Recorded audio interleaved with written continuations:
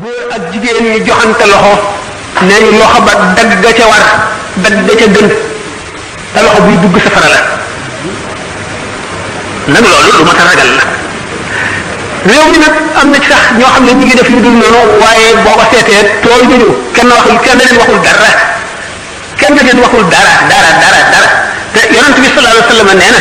da ngeen sax ci di digle li baax di tere lu bon wala danaa fab ñu yées ci yéen teg leen ci seen kaw ñu di leen def la gën a bon te ñi gën ci yéen buñ tàllalee yàlla ñaan seen